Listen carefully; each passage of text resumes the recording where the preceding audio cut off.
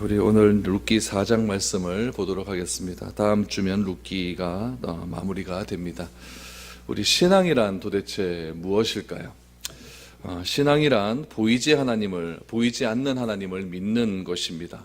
신앙이란 보이지 않는 하나님을 신뢰하는 것입니다. 보이지 않는 하나님이 존재한다는 사실을 내가 믿고 내 모든 것을 그분께 맡겨드리는 것, 그것이 바로 신앙이라고 말할 수 있습니다.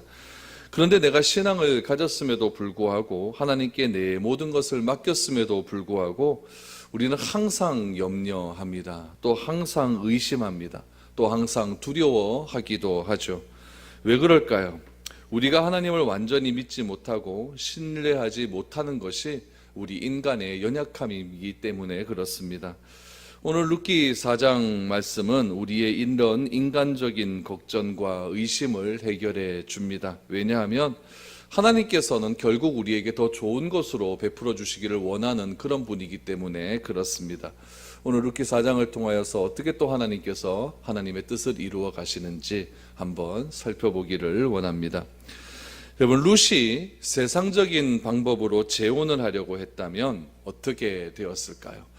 시어머니를 봉양해야 하거나 또 대를 이어야 한다고 하는 무거운 짐에서 벗어날 수가 있었을 것입니다. 그냥 룻은 자기 고향인 모압 땅으로 가서 새 결혼을 하게 되고 그렇게 해서 잘 먹고 잘 살면 그만이었습니다. 그런데 룻은 자기 고향으로 가는 것을 거절합니다. 그리고는 자기 시어머니의 하나님이 나의 하나님이 되고 내가 그 하나님을 계속해서 쫓을 것이라고 하는 그런 신앙 고백을 따라서 시어머니의 고향인 베들레헴으로 오게 되었습니다. 룻은 모아문 여인으로서 행복을 찾기보다는 시어머니의 신앙을 본받아서 하나님의 백성이 되기를 원했고 영원한 생명을 주는 그런 것을 택하게 되었습니다. 그래서 룻은 엘리멜렉, 시아버지죠, 엘리멜렉이 받았던 복을 이어받기 위해서 나이가 많은 보아스에게 고해를 청하게 됩니다. 여러분, 여기서 고해를 청하게 된다라고 하는 것은 아들을 낳게 해달라라고 여자가 남자에게 청하는 것입니다. 우리나라에도 이런 비슷한 것이 있지 않았습니까? 씨바지라고 해서 옛날 양반집에는 아들을 낳기 위해서 여자를 데려다가 그렇게 아들의 대를 잇는 경우가 있었는데, 그것은 하고 이 고해는 좀 반대가 되는 경우죠. 반대가 되는 경우입니다. 그래서 씨바지라고 하는 것은 남자가 중심이 되었다고 한다면 이 고헬이 된다라고 하는 것은 여자가 중심이 되는 거죠. 그래서 여자로 하여금 이 험한 세상에서 살 수 있는 길을 열어주기 위한 하나님의 한 방법이라고 여러분들이 생각하게 하면 쉽게 생각할 수가 있습니다. 그래서 내가 고해를 청한다라고 하는 것은 결국 뭐냐면은 아들 좀 낳게 해주십시오라고 하는 그런 뜻으로 받아들이면 좋습니다. 그런데 보아스가 룻의 이 고헬의 청혼을 받아들이지 못하는 상황이 되었던 것입니다. 왜냐하면 법적으로 자기보다 더 우선되는 친척이 있기 때문에 그렇습니다. 고해를 청하기 위해서는 자기와 제일 가까운 친척이 되어야 된다는 것 아닙니까? 그런데 보아스에게 룻이 청혼을 했는데 보아스가 가만히 생각해 보니까 더 가까운 친척이 있다는 이야기죠. 그렇기 때문에 룻은 보아스로부터 고해를 청했지만 보아스는 이 법적인 문제 때문에 그 청혼을 거절하게 됩니다. 그리고 룻이 더 부끄럽거나 수치를 당하지 않을 수 있도록 아주 많은 양의 보리를 주어서 시어머니 집으로 돌려보냅니다. 그러면 여러분, 시어머니가 이 룻의 이야기를 다 듣고 어떻게 반응하는 것이 좋을까요? 그 반응이 여러분, 지난주에 말씀드렸던 3장 18절에 보니까 시어머니의 반응이 너무나 귀한 반응이 나옵니다. 3장 18절 말씀을 보십시오. 이에 시어머니가 이르되 내 딸아, 이 사건이 어떻게 될지 알기까지 앉아 있으라. 그 사람이 오늘 이 일을 성취하기 전에는 쉬지 아니하리라 라고 말합니다. 앉아 있으라, 무슨 말입니까? 하나님의 뜻을 구해보자 라는 겁니다. 지금 우리가 할 일은 최선을 다했다는 거죠. 최선을 다했고 하나님이 원하시는 뜻이라고 한다면 반드시 하나님께서 우리를 선한 길로 인도해 주실 것이다 라고 말하면서 보아스가 절대 가만히 있지는 않을 것이다 라고 말을 하며 자기 며느리를 진정시키는 장면을 바라보게 됩니다. 그 이후에 어떤 일이 있었을까요? 그날 밤에 룻과 나오미의 이런 고백 이후에 그 다음날 아침 어떤 일이 있었을까요? 실질적으로 보아스가 움직이기를 시작합니다. 1절 말씀을 보십시오. 보아스가 성문으로 올라가서 거기 앉아 있더니 마침 보아스가 말하던 기업 물을 자가 지나가는지라. 보아스가 그에게 이르되 아무개여 이리로 와서 앉으라 하니 그가 와서 앉으매. 이 1절 말씀이 4장의 본문을 해석하는데 굉장히 중요한 말씀입니다. 1절의 이 문맥을 잘 이해하셔야 됩니다. 보아스가 어디에 앉아 있었습니까? 성문에 앉아 있었습니다. 그 당시에 성문은 재판을 하는 곳입니다. 그렇기 때문에 이 성문은 사람들이 많이 지나다니는 그런 곳이었고 재판을 하는 곳이었기 때문에 내가 어떤 일들을 재판을 하기 위해서는 항상 성문에 앉아 있는 것입니다. 성문에 앉아 있습니다. 왜 성문에 앉아 있을까요? 고엘의 법적인 절차를 지금 잘 준행하기 위함입니다.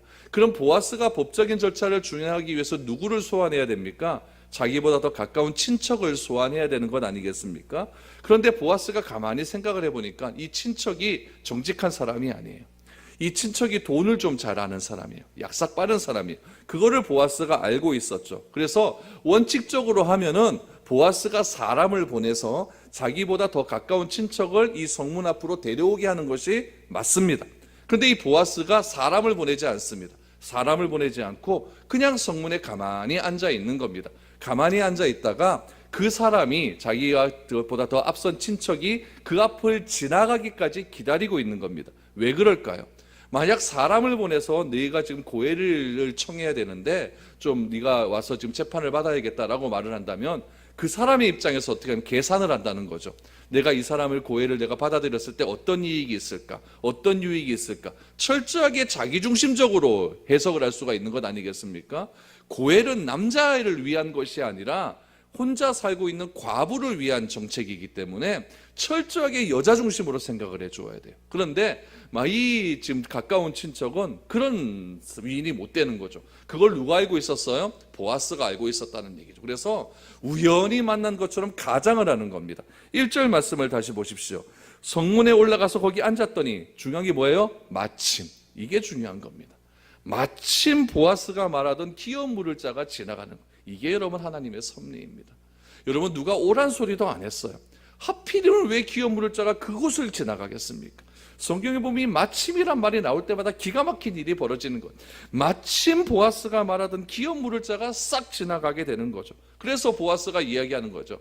그 가까운 친척의 이름도 안 나옵니다. 아무개요, 아무개요. 일리 좀 와서 요 좀 앉아봐라 라고 얘기를 하는 거죠. 우연히 일어난 것처럼 그렇게 이야기를 하게 되는 겁니다. 보아스는 이 일을 하면서 2절 말씀해 보니까 장로들 10명을 다 모시고 옵니다. 장로들 10명이라고 하는 것을 요즘 말로 하면은 배심원들입니다. 배심원들, 증인들이죠. 한두 명도 아니고 10명을 딱 앉히는 거예요. 앉혀놓고 그 다음에 가장 친족, 가장 가까운 친척을 우연히 만난 것처럼 가장을 해서 그 사람도 앞에 앉혀놓는 거죠. 그리고 이제 보아스가 잠깐 일로 와보라 그러니까 와! 그럴 거 아닙니까? 그럼 내 말을 잠깐 들어봐라. 그 말이 무슨 말입니까? 이 3절부터 그 말씀, 보아스가 그 사람에게 이야기를 하는 겁니다. 3절부터 한번 보십시오. 무엇이라고 이야기합니까? 보아스가 그 기업 물을 자에게 이르되 모압 지방에서 돌아온 나오미가 우리 형제 엘리멜렉의 소유지를 팔려함으로 내가 여기 앉은 이들과 내 백성의 장로들 앞에서 그것을 사라고 내게 말하여 알게 하려 하노라 라고 말합니다.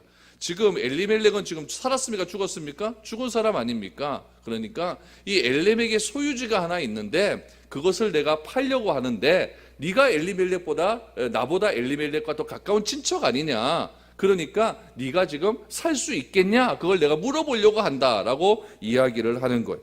거기도 보십시오. 만일 내가 물으려니 네가 산다는 이야기죠. 물으려니와 만일 내가 물으지 아니하거든 내게 구하여 알게 하라. 내 다음은 나요. 그 외에는 물을 자가 없느니라 하니 그가 이르되 뭐라고 얘기합니까? 내가 사겠다 이러는 거예요. 내가 사겠다.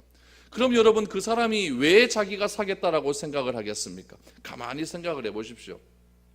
지금 보아스가 이 사람에게 얘기할 때 고해를 신청한 사람을 무엇이라고 이야기했냐면은 엘리멜렉의 소유지라고만 이야기를 합니다. 거짓말한 겁니까? 아니잖아요. 그렇죠? 엘리멜렉의 소유지라고만 이야기했어요. 그러니까 이 친족은 어떻게 생각을 했냐면 룻의 존재는 모릅니다. 누구만 합니까? 나오미만 아는 거예요. 그러면 이 사람이 머리를 싹 생각을 하는 거죠. 나오미는 나이가 많아요? 젊어요? 늙어요. 그럼 임신할 확률이 떨어지죠. 그러면은 애를 못 낳게 되면 그 땅은 다 내 거가 되는 거죠. 지금 이런 생각이 들어가는 거죠. 그러니까 이 보아스가 굉장히 지혜로운 사람입니다. 이 사람이 어떤 생각을 하는지 벌써 한 수, 두 수 앞을 다 내다보고 이야기하는 거예요. 먼저 사람을 보냈으면 이 사람이 틀림없이 그 사람 집안 다 도사하고 그래서 어떻게 될 것 같으니까 우연히 만난 것처럼 가장을 해서 지금 엘리멜렉이라는 사람이 땅이 하나 있는데 그 땅을 지금 팔려고 한다. 근데 네가 나보다 더 앞선 사람이니까 네가 살래 말래 그렇게 물어보고 네가 만약에 안 산다고 한다면 친척은 나밖에 없다. 그러니까 내가 살 거니까 네가 선택을 해라 라고 선택권을 줘버리는 겁니다. 그랬더니 이 사람이 무엇이라고 이야기합니까? 내가 물으리라 라고 그렇게 이야기를 했다는 이야기입니다. 그런데 보아스가 불러세운 그 사람이 고엘이 되겠다라고 하는 것은 여러분 그 사람이 철저하게 자기중심적으로 돈을 좀 어떻게 더 벌어보겠다는 그런 생각으로 그렇게 하는 겁니다. 어떻게 보면 이렇게 되면 이거 횡재하는 것 아니겠습니까? 그냥 가만히 있을 때 땅에 자기한테 뚝 떨어지는 거니까 얼마나 횡재하는 것이겠습니까? 그때나 지금이나 부동산은 재산적 가치가 있는 거예요. 굉장히 횡재하는 거죠. 또 그 당시에는요, 땅을 매매할 수가 없지 않습니까? 왜냐하면 땅이라고 하는 것은 하나님께서 그 가문에게 주신 기업이기 때문에 철저하게 그 가문 대대로 이어져야 됩니다. 이어져야 되기 때문에 여호수아서에서도 땅을 나눈 다음에 절대로 그 땅을 팔지 못하게 하나님께서 법으로 만들지 않습니까? 그러니까 여자만 있는 집은 아들이 무조건 있어야 돼요. 아들이 있어야만 그 아들에게 대를 물려줘서 그렇게 나갈 수 있기 때문에 아들을 낳지 못하고 남편이 죽어버리면은 이 여자애는 도무지 살 길이 막막하는 거죠. 그래서 고엘이라고 하는 제도가 들어오게 되었다는 이야기입니다. 5절을 보십시오. 보아스가 이르되 내가 나오미의 손에서 그 밭을 사는 날에 곧 죽은 자의 아내 모압 여인 룻에게서 사서 그 죽은 자의 기업을 그의 이름으로 세워야 할지니라 하니 라고 말합니다. 이 친척이 계산한 것은 무엇입니까? 나오미, 늙은 여자 나오미의 고일만 되면 되는 거니까 그 나오미의 나이가 많았기 때문에 자식을 낳을 수 없다는 겁니다. 그런데 보아스는 그에게 또 얘기를 하는 거예요. 잘 봐라. 지금 그 여자가 지금 베들레헴에 있었다가 모압 갔다가 오면서 모압 여자를 하나 데리고 왔다라고 이야기합니다. 과부가 하나가 아니라 둘이라는 거죠. 둘. 그러면 이 남자가 두 명을 다 책임져야 되는 거예요. 또 머리를 굴리기 시작을 하는 겁니다. 고해를 신청한 사람이 바로 보십시오. 이 나오미가 아니라 누구라고 얘기합니까? 모압 여인 룻이라고 이야기를 합니다. 여러분 룻은요 젊은 여자이기 때문에 임신을 한 확률이 더 많아지는 것 아니겠습니까? 만약 룻이 아들을 낳는 순간 자기가 산 땅은 누구에게로 넘어가는 겁니까? 룻에게로 넘어가게 되잖아요. 여기서 알 수 있는 것은 무엇이냐면은 이 친척은요, 이 가까운 친척은 고엘의 정신은 하나도 없습니다. 나오미와 자기가 고엘 관계를 맺게 되면은 나오미는 임신을 못할 것 같으니까 그 땅이 내 땅이 될 것 같은데 지금 이 보아스가 또 얘기하는 거죠. 그 여자가 아니다. 그 여자가 아니라 젊은 여자다. 젊은 여자인데 이스라엘 여자도 아니고 어느 나라 여자입니까? 그렇게 싫어하는 모압 여자 아닙니까? 모압 사람은요, 여러분 출애굽 때 잘못한 것들이 너무나 많았기 때문에 출애굽 회중 안으로 이스라엘 회중 안으로 들어올 수 없게 하나님께서 율법으로 만들어 놓았어요. 그런 모압 여자와 결혼한다는 것은 이 사람이 도저히 상상이 안 되는 거죠. 혹시 또 고엘이 되었어요. 고엘이 돼서 결혼을 해서 고엘이 돼서 딱 했는데 아들이 딱 나왔네요. 그러면은 이 남자에게는 손해입니까? 손해가 아니에요? 손해가 되는 거죠. 아들 나오면은 그 땅이 내 거가 될 수 있는 건데 그 땅을 사서 그 아들에게 명의로 명의 이전을 해줘야 되니까 이 남자가 가만히 생각을 해보니까 이건 손해라는 이야기죠. 그래서 다시 말하는 겁니다. 6절을 보십시오.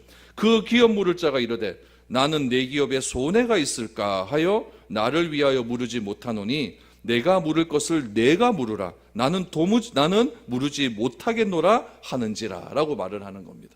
그러니까 여러분 이 보아스가 지금 강요를 했습니까? 강요하지 않았습니까?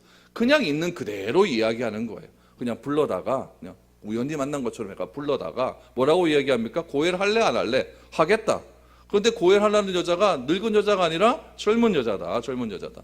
젊은 여자는 할래 안 할래? 그랬더니 이 사람이 뭐라고 얘기합니까? 가만히 생각해봐. 내가 손해가 될 것 같으니까 나 지금 뭐 하겠다라고 다시 번복을 하게 되는 겁니다. 여러분, 어떻게 이런 일들이 있을 수가 있었을까요? 여러분, 사실 이런 순간을 위해서 우리는 기도를 참 많이 해야 됩니다. 결정적인 순간에 하나님이 악한 자의 눈을 어둡게 하셔서 악한 생각을 하지 못하도록 그렇게 만들어야 하는 겁니다. 기도 외에는 이런 고비를 넘길 수가 없습니다. 성경에 보면은 이렇게 기도를 많이 함을 통해서 하나님께서 자기의 뜻을 이루어가는 경우가 참 많이 있습니다. 예를 들면 이런 경우가 있죠. 다윗이 압살롬에게 쫓겨날 때가 있었습니다. 압살롬이 쿠데타를 일으키지 않습니까? 그래서 다윗이 새벽에 저녁에 맨발로 쫓겨나옵니다. 그러자 다 압살롬의 그런 군대 장관이었던 아히도멜이 압살롬에게 이렇게 얘기하죠. 장군이시여, 군사 12,000명만 주시면은 내가 당장 따라가서 다윗만 죽이고 다윗이 가지고 있는 모든 재산을 다 빼앗아서 내가 당신에게 나라를 바치겠습니다 라고 이야기합니다. 여러분, 압살롬이 지금 아히도멜의 말을 들으면 다윗은 그 자리에서 죽는 거예요. 끝나는 거예요. 그런데 하나님께서 이상하게 그것을 전세를 역전을 시켜 버리십니다. 어떻게 역전을 시키냐면은 이 압살롬이 이 아히도벨의 말을 듣는 것이 아니라 후세의 말을 듣게 만들어 버립니다. 후세는 누구냐면 다윗이 정탐꾼으로 보낸 사람이거든요. 그래가지고 다윗의 사람입니다. 다윗의 사람이고 압살롬에는 압살롬의 신하인 척하고 있는 사람입니다. 그 후세의 말을 듣게 하십니다. 후세의 말을 듣게 하셔서 이 다윗을 순간적으로 구원해버리는 그런 사건들이 사무엘하에 보면은 등장을 하게 됩니다. 여러분, 이 모든 순간 것들이 한순간에 결정이 되어져 버리는 거예요. 사탄은 결정적인 순간을 이기지 못하는 거예요. 그 이유는 하나님이 중요한 순간순간마다 사탄의 목을 누르셔서 사탄의 뜻대로 되지 않도록 하나님께서 도우시기 때문에 그렇다는 이야기입니다. 사탄이 아무리 소리를 지고 발버둥을 친다 할지라도 하나님의 뜻은 이미 선한 것으로 인도하게끔 마련되어 있기 때문에 우리가 해야 될 일은 무엇이냐면은 나오미의 고백처럼, 나오미의 3장 18절 말씀의 고백처럼 이 사건이 어떻게 되어질지 우리가 가만히 앉아서 기도하는 마음으로 한번 기다려보자 라고 하는 그런 마음이 필요하다는 이야기입니다. 여러분, 우리는 어떻습니까? 우리도 이렇게 나오미처럼 하나님의 뜻에 한번 맡겨보자 라고 하면 던져버립니다. 던져버리고 나서 얼마나 불안해합니까? 왜 빨리 안 이루어질까? 왜 빨리 하나님께서 이 일을 빨리 안 해주실까? 빨리 좀 되면 되겠는데 왜 하나님께서 내 뜻과 그 하나님의 뜻 가운데 이렇게 갭을 많이 만들어 놓으셔서 나로 이렇게 답답하게 하실까? 이런 생각들을 얼마나 많이 합니까? 그러다가 잘 안 되는 일들이 막 일어나게 되면 하나님께서 나를 버리신 건 아닌가? 막 이런 생각이 들고 또 좋은 방향으로 좀 흘러가게 되만 하면은 하나님께서 역시 나를 도우시는 거다. 이렇게 왔다 갔다 하면서 현상을 바라보면서 우리의 믿음이 이렇게 왔다 갔다 하는 경우가 얼마나 많이 있습니까? 이 나오미와 룻을 보십시오. 잠잠히 하나님을 기다리지 않습니까? 얼마나 지금 그 답답한 그런 순간이겠습니까? 이 또 더구나 룻이라고 하는 여인은 믿음이 없는 여자 아닙니까? 그렇기 때문에 철저하게 시어머니였던 나오미의 말만 의존하고 있는데 나오미가 하는 일이 무엇입니까? 그냥 룻에게 가서 어떻게 해보자. 이것도 아니에요. 그냥 가만히 있자. 룻의 입장에서는 답답했을 수도 있어요. 그러나 시어머니의 그 믿음을 룻은 믿었던 이야기죠. 그래서 가만히 하나님의 뜻을 기억하면서 하나님께서 어떻게 행하시는지 우리 한번 기다려보자 라고 하는 그런 시어머니의 믿음을 룻이 따라가고 있다는 이야기입니다. 그럼 보아스는 어떻습니까? 보아스는 룻을 좋아했습니다. 좋아해서 룻이 자기에게 고엘의 청혼을 해올 때 여자가 여러분 고엘의 청혼을 해왔을 때 남자가 그것을 거부하게 되면 여자가 얼마나 수치스럽겠습니까? 또 보아스는 룻에 대한 좋은 감정이 있지 않습니까? 그렇기 때문에 이 룻이 보아스에 와갖고 고엘을 청했을 때 보아스는 그 여인을 취하고 싶었습니다. 그러나 정직하게 취하고 싶었던 거죠. 나보다 더 앞선 친척이 있었다는 것을 알고 있었고 그 친척과 이야기함에 있어서 여러분 거짓을 이야기합니까? 거짓 이야기하지 않았습니다. 그 친척과 타협을 합니까? 협상을 합니까? 그런 일들 전혀 하지 않았다는 이야기예요. 만약 보아스가 그렇게 했다고 한다면 막 접대를 해서 좋은 식당에 가서 한 잔 받으이소 이렇게 얘기하면서 이 여인 내주십시오 이런 식으로 인간적인 방법을 써서 그렇게 접대를 통해서 그렇게 했다고 한다면 이 친척의 나쁜 의도에 걸리지 않는다고 누가 장담할 수가 있겠습니까? 보아스는 어떻게 합니까? 모든 결정을 하나님께 맡기고 정정당당하게 사실대로 그 이야기를 그대로 있는 그대로 했다는 이야기입니다. 여러분 오늘 4장 1절에서 지금 4절까지의 말씀을 6절까지의 말씀을 보았는데 여기서 보아스가 거짓말한 것 있습니까? 한마디도 없습니다. 보아스는 오로지 그 자기 친척에게 정직하게 이야기를 했다는 이야기입니다. 여러분 여기서 알아야 될 점이 하나 있습니다. 우리가 하나님의 일을 할 때도 틀림없이 걸림돌은 있습니다. 보아스가 룻을 고엘로 삼는다라고 하는 것은요, 하나님의 뜻입니다. 그런데 하나님의 뜻을 행함에 있어서 보아스에게 걸림돌이 있습니까? 없습니까? 있잖아요. 자기보다 더 앞선 친척이 있잖아요. 우리는 생각합니다. 하나님의 일, 하나님의 계획대로만 하면은 우리는 고속도로가 뚫려가지고 아무런 그런 걸림돌이 없을 것이라고 생각을 합니다. 그러나 여러분 그렇지 않습니다. 하나님의 일을 행하며 나아갈 때도 걸림돌은 틀림없이 있습니다. 여러분 바울이 제2차 선교여행을 떠날 때 어떤 걸림돌이 있었습니까? 바나바와 싸우지 않습니까? 그러나 그 다툼을 통해서 하나님께서는 더 놀라운 일들을 진행해 나간다는 것을 알게 된다는 이야기입니다. 그 일이 왜 그렇게 걸림돌이 있을까요? 그것은 하나님께서 우리의 믿음을 시험해 본다는 겁니다. 그렇기 때문에 우리 그리스도인들에게 있어서 가장 중요한 것은 정직함에 있다는 이야기죠. 보아스는 자신이 고엘이 되기 위해서 거짓말을 하지 않았습니다. 있는 그대로 진실됨으로 이야기를 했습니다. 그랬더니 여러분 어떤 일들이 벌어집니까? 처음에 보니까 이 자기의 친척이 내가 무르겠다, 내가 고엘이 되겠다라고 말을 하면서 했는데 더 정직하게 이야기를 해보니까 나 그렇게 못하겠다라고 하면서 네가 해라라고 고엘을 무르는 일들이 일어나지 않습니까? 그러자 보아스가 이제 이야기를 합니다. 법적인 절차를 따르게 됩니다.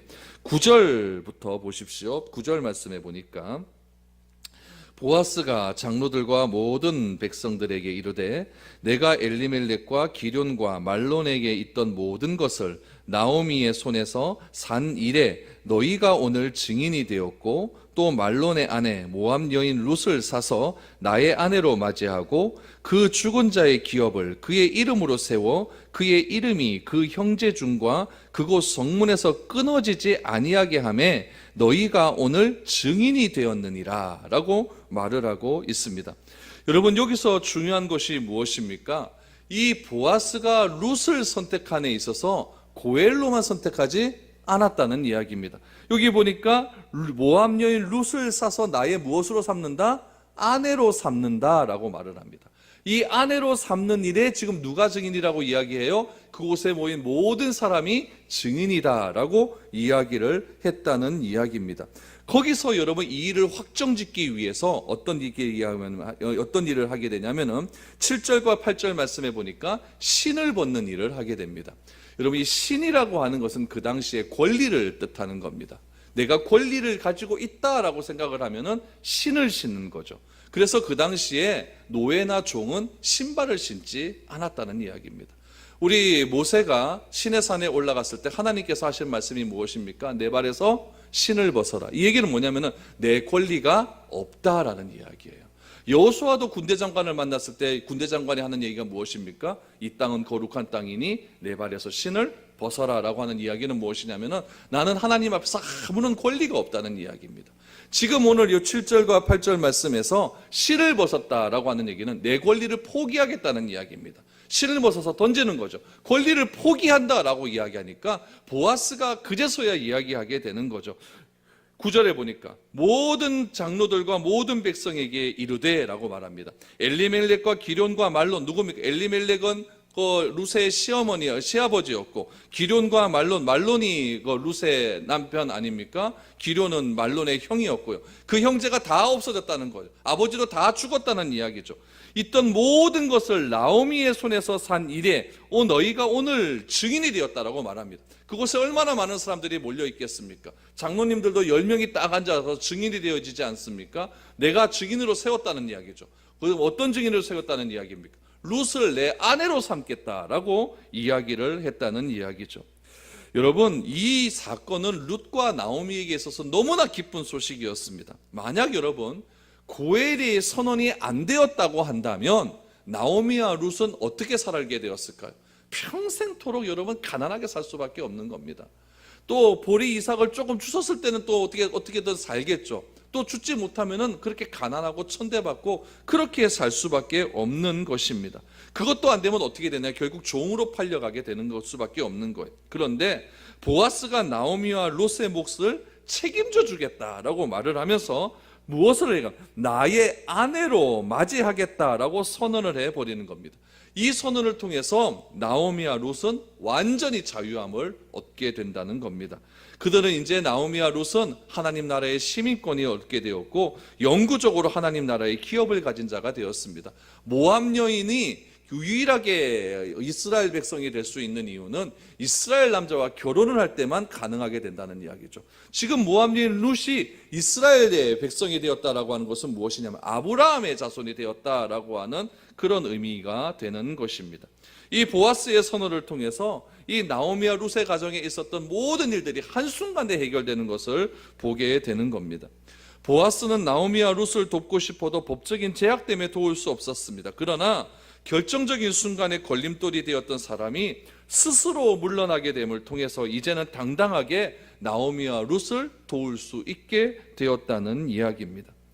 여러분, 원래 고엘이라고 하는 말의 뜻은 지불하다라고 하는 그런 의미가 담겨져 있습니다. 노예는 다른 사람이 대금을 대신 지불해 주면 해방이 될 수가 있죠. 자유인이 될 수가 있는 겁니다. 그런데 고엘은 이 노예의 속량과는 상상할 수도 없을 만큼 더 큰 자유함이 있는 겁니다. 노예는 내가 사서 그 사람에게 노예 문서를 태워버리면 노예는 그냥 자유인이 되는 것으로 끝나는 거죠. 그러나 고엘이 되는 것은 무엇이냐면은 내가 그 집안의 가문에 들어가는 겁니다. 가문에 들어가고 그 이스라엘 민족의 가문에 들어감을 통하여서 하나님 나라의 백성이 된다고 하는 그런 표징을 얻을 수 있다는 아주 중요한 일이 된다는 이야기입니다. 하나님은 룻과 보아스가 나이 차이를 넘어서 서로 속해 있는 아름다운 믿음을 보게 하셨습니다.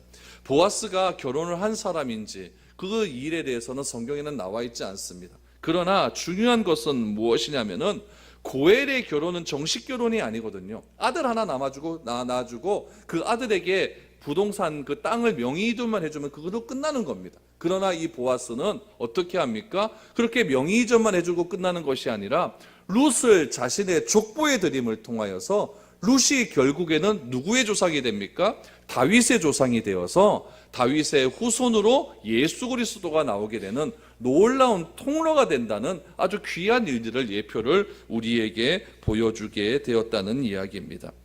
11절을 보십시오. 성문에 있는 모든 백성과 장로들이 이르되 우리가 증인이 되나니 여호와께서 내 집에 들어가는 여인으로 이스라엘의 집을 세운 라헬과 레아 두 사람과 같게 하시고 내가 에브릴에서 유력하고 베들레헴에서 유명하게 하시기를 원한다라고 말을 합니다.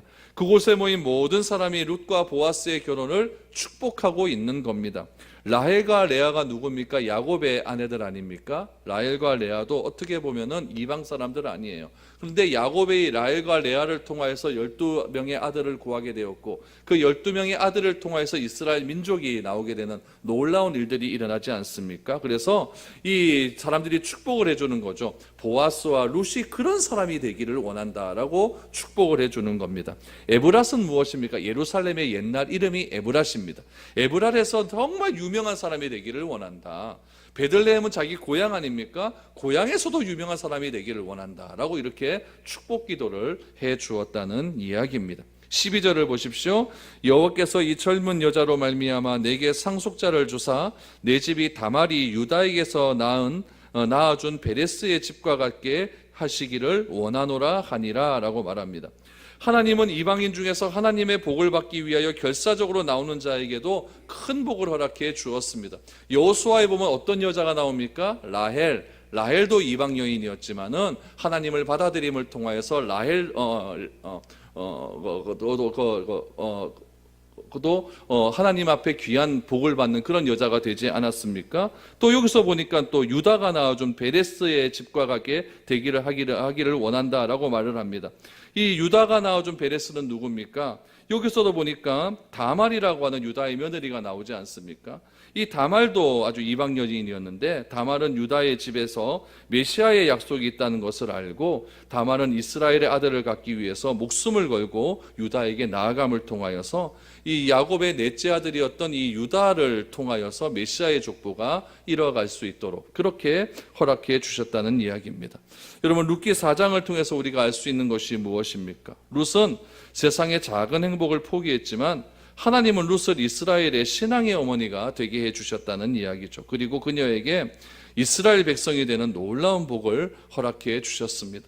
하나님의 뜻은 반드시 선한 길로 인도하신다는 사실을 꼭 기억하시기를 바랍니다. 내가 환경에 의해서 좌지우지만 되지 않으면 됩니다. 꿋꿋하게 하나님 말씀 믿고 하나님이 반드시 그 길을 이루신다는 사실을 기억하시고, 하나님의 길을 갈 때 때로는 어려운 시험도 있을 수도 있지만은 그 시험 속에서도 내가 잘 이겨 극복해 나아간다고 한다면 하나님께서는 하나님의 온전한 선한 길로 우리를 인도해 주신다는 사실을 꼭 기억하시기를 바랍니다. 그래서 하나님의 온전한 뜻을 인내함으로 기다릴 수 있는 정직함들이 우리에게 넘쳐남을 통하여서 이렇게 보아스와 룻과 같은 그런 아름다운 은혜의 복이 우리들의 가정, 우리들의 교회, 여러분들의 삶들 가운데도 충만하게 넘쳐날 수 있기를 축복드립니다. 기도드리겠습니다.